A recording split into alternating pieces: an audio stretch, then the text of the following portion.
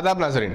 जामिया मिलिया इस्लामिया दिल्ली के तलबा के एहतजाजी मार्च के मौके पर एक फ़िरक़ा परस्त नौजवान की दिल्ली पुलिस की मौजूदगी में हिंदुत्व के नारों और ये लो आज़ादी कहते हुए हजूम पर पिस्तौल से गोली चलाने के वाक़े ने एक बार फिर इन अंदेशों को दुरुस्त साबित किया है कि दिल्ली इलेक्शन से पहले फ़िरक़ा परस्त अनासर अरबाब इक़्तिदार और कानून के मुहाफ़िज़ीन की मदद से दारुल हुकूमत दिल्ली की सूरत हाल को बिगाड़ना चाहते हैं, हिंदू मुस्लिम फसादात करवाना चाहते हैं। फायरिंग में जामिया का तालिब इल्म सद्दाम आलम ज़ख्मी हो गया, जिसके हाथ पर गोली लगी। इस बहादुर नौजवान ने हमलावर को रोकने की कोशिश की थी, जिसने गोली चलाई। ये नौजवान काफ़ी देर तक हवा में पिस्तौल लहराता हुआ उल्टे कदमों से चलता रहा। इसके पीछे दिल्ली पुलिस काफ़ी तादाद में मौजूद थी, जो तमाशा देखती रही। गोली चलाए जाने के बाद भी ज़ख्मी पर तवज्जो नहीं दी गई। तलबा ने ही सद्दाम को एम्बुलेंस के ज़रिए करीब में वाक़ई होली फैमिली हॉस्पिटल पहुंचाया। हमलावर का नाम गोपाल है और इसका ताल्लुक़ यूपी से बताया जाता है। इसके पास जो पिस्तौल थी वो गैर लाइसेंस याफ्ता है। पुलिस ने इस कदर लापरवाही क्यों की? हमलावर को इतनी छूट क्यों मिली? ऐसे कई सवाल उठ रहे हैं। याद रहे कि मरकज़ी वज़ीर अनुराग ठाकुर ने एक इंतखाबी रैली में नारा लगाया था, देश के गद्दारों को, जिसके जवाब में रैली में शरीक लोगों ने कहा था, गोली मारो सालों को। इसी तरह बीजेपी के एमपी पवन वर्मा ने इश्तियाल अंगेज़ और शाहीन बाग के मुसलमानों से मुताल्लिक़ तौहीन अल्फाज इस्तेमाल किए थे। इन दोनों पर इंतखाबी सरगर्मियों में हिस्सा लेने के लिए 72 और 6-9 घंटे की पाबंदी आयद की गई। दिल्ली के इलेक्शन को हिंदू मुस्लिम और हिंदुस्तान और पाकिस्तान का रंग दिया जा रहा है। मरकज़ी वज़ीर दाखिला ने तक बार बार अपनी तकरीरों में शाहीन बाग का हवाला दिया है और बाज़ बिकाऊ सहाफ़ी शाहीन बाग के एहतजाजी मुज़ाहिरीन को बदनाम करने के लिए अपने टीवी चैनल्स का इस्तेमाल कर रहे हैं। बाज़ टीवी एंकर्स को एहतजाजी मुज़ाहिरीन के अलावा आम आदमी की लानत व मलामत, गैज़ व गज़ब का सामना करना पड़ा। बाज़ सहाफ़ियों को तो धप्पे मारकर भगा दिया गया। बाज़ को इजाज़त दी गई और जब इन्होंने शहरी तरमीमी कानून की मुखालिफत में एहतजाज करने वालों को अपने ज़ाविये से पेश करने की कोशिश की तो इन्हें अवाम के मोड़ को देखकर राह रास्त पर आना पड़ा। बहरहाल आज की फायरिंग का वाक़या गांधी जी की शहादत की बरसी के मौके पर पेश आया। गांधी जी की तरह सत्याग्रह करने वाले तलबा के ग्रुप पर गॉडसे की नस्ल से ताल्लुक़ रखने वाले ने गोली चलाई। शहरी तरमीमी कानून की मुखालिफत को कुचलने के लिए हर हरबे का नाम हो रहा है, जिस पर अरबाब इक़्तिदार इंतखामी कार्रवाई में शिद्दत पैदा करने लगे हैं। गोरखपुर के मशहूर डॉक्टर कफील खान को अलीगढ़ यूनिवर्सिटी में इनकी तकरीर पर आज गिरफ्तार कर लिया गया। डॉक्टर कफील खान को इससे पहले झूठे इल्ज़ामात में गिरफ्तार किया गया था। कानूनी लड़ाई के जरिए इनकी रिहाई अमल में आई थी। शाहीन बाग का गुस्सा लगता है कि बिदर के शाहीन कॉलेज पर निकाला जा रहा है। लफ्ज़ शाहीन इन दिनों हर एक के असाब पर तारी है। लफ्ज़ शाहीन की तासीर का ये नतीजा है कि जहाँ भी हो कामयाबी, तरक्की, ऊंची परवास की अलामत बन जाता है। दिल्ली का शाहीन बाग तो ख्वाब गफलत से जागे हुए हिंदुस्तानियों का मरकज़ बन गया है। यहाँ एहतजाज कब तक होता रहेगा ये तो कहा नहीं जा सकता। अलबत्ता ये बात पूरे यकीन के साथ कही जा सकती है कि मुस्तक़बिल में जब भी इसका जिक्र होगा तो ये मरकज़ इनक़िलाब के तौर पर होगा। शाहीन कॉलेज बिदर का मामला भी ऐसा ही है। ये जनूबी हिंद के मुसलमानों के तालीमी इनक़िलाब का मरकज़ है, जिसने गुज़िश्ता 30 बरस के दौरान इंतज़ामिया के एसार, अखलास, मुल्क व कौम की फलाह व बहबूद की खिदमत के जज्बे से इसे आला तालीम के हुसूल का वसीला बना दिया। जिस तरह जामिया मिलिया इस्लामिया गरीब और मुतवस्सित तबक़े के आला तालीम का ज़रिया है, शाहीन कॉलेज बिदर भी समाज के गरीब मुस्तहक़ तलबा के डॉक्टर्स, इंजीनियर्स और प्रोफेशनल्स बनने का सबसे बड़ा मरकज़ है।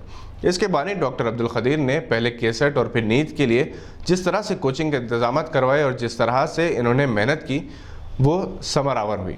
हर साल औसतन 350 शाहीन कॉलेज के तलबा कर्नाटक के मुख्तलिफ मेडिकल कॉलेजेस में फ्री सीट हासिल करते हैं। इंजीनियर्स की तादाद हज़ारों में है। ख़ास बात यह है कि शाहीन ज़ादों में हर मज़हब से ताल्लुक़ रखने वाले तलबा और तालिबात हैं। यहाँ के हॉस्टल में गैर मुस्लिम वालिदैन अपनी लड़कियों को बेफ़िक्र के साथ दाखिल करवाते हैं, क्योंकि इन्हें अपने बेटियों की सलामती, अखलाक और किरदार की बुलंदी में यकीन रखता है। शाहीन कैंपस बिदर एक छोटा सा हिंदुस्तान है, जिसमें हिंदू मुस्लिम मिलजुल कर रहते हैं। शाहीन कॉलेज पूरे कर्नाटक के लिए एक मिसाल है। इसकी बदौलत ज़िले बिदर ट्यूशन फ्री डिस्ट्रिक्ट बन गया। आज हिंदुस्तान के गोशे गोशे में शाहीन के तरीक़े तालीम को इख्तियार किया जा रहा है। शाहीन की परवाज़ फ़िरक़ा परस्त अनासर के साथ साथ इन तालीमी इदारों के ज़िम्मेदारों की नज़र में खटक रही थी, जिन्हें शाहीन से मेयार और तलबा और तालिबात के किरदार के बारे में सख्त मुकाबला दरपेश है। क्योंकि शाहीन कैंपस में तलबा के लिए ना तो मोबाइल और ना ही बाइक की इजाज़त है। फ़िरक़ा परस्त अनासर एक अरसे से ताक में थे और यौम जमहूरिया के मौके पर कमसिन बच्चों की जानिब से पेश किया गया एक ड्रामा انہیں اپنے زہر اگلنے کے لیے بہانہ بن گیا۔ شہریت ترمیمی قانون سے متعلق اس ڈرامے میں کہا جاتا ہے کہ بعض متنازع مناظر پیش کیے گئے جسے بنیاد بنا کر کالج اور انتظامیہ کے خلاف سنگین الزامات کے تحت مقدمے دائر کیے گئے ہیں۔ مرکزی حکومت کے ساتھ ساتھ حکومت کرناٹک کے لیے ان کی اعلیٰ ظرفی کشادہ دلی کے مظاہرے کے لیے یہ ایک آزمائشی مرحلہ ہے۔ انہیں شاہین کالج کے خلاف مقدمات سے دستبرداری اختیار کرنی چاہیے، کیونکہ ایک آدھ واقعے کو بنیاد بنا کر ایک ادارے کی 30 سالہ خدمات کو نظر انداز کرنا ناانصافی، تنگ نظری اور تعصب ہے۔ اگر شاہین پر کسی قسم کی آنچ آتی ہے تو اسے غریب، مستحق، متوسط طبقے کے ہزاروں طلباء و طالبات کے تعلیمی مستقبل غیر یقینی ہو سکتے ہیں۔ یہ وقت تمام سیکولر عوام کو شاہین انتظامیہ کے حق میں آواز بلند کرنے، ماہر قانون کو اس کے لیے قانونی لڑائی لڑنے کا ہے۔ زبانی جمع سے سوشل میڈیا پر تبصروں سے کچھ حاصل نہیں ہوگا۔ ہم بی جے پی حکومت سے بھی امید کرتے ہیں کہ وہ شاہین کالج اور اس کے انتظامیہ کے 30 سال ریکارڈ کا جائزہ لیں، اس کی خدمات کو مد نظر رکھیں اور ایک بہترین تعلیمی ادارے کے مستقبل کو متاثر نہ ہونے دیں۔ بھینسا، جو ضلع عادل آباد کا ایک اہم علاقہ ہے، آج رنج و غم کی چادر اوڑھے ہوئے ہیں، کیونکہ حالیہ فسادات کے دوران مختلف الزامات کے تحت گرفتار کیے گئے 2 بیٹوں کاشف اور آصف کی ضمانت نہ ملنے کے صدمے سے شکار والدین کی 2 گھنٹے کے وقفے سے موت نے نہ صرف بھینسا نہ صرف تلنگانہ بلکہ پورے ہندوستان پر سخت طاری کر دیا۔ کل رات مرحومین کی نماز جنازہ اور تدفین عمل میں آئی، مگر پورا ضلع غم میں ڈوبا ہوا ہے۔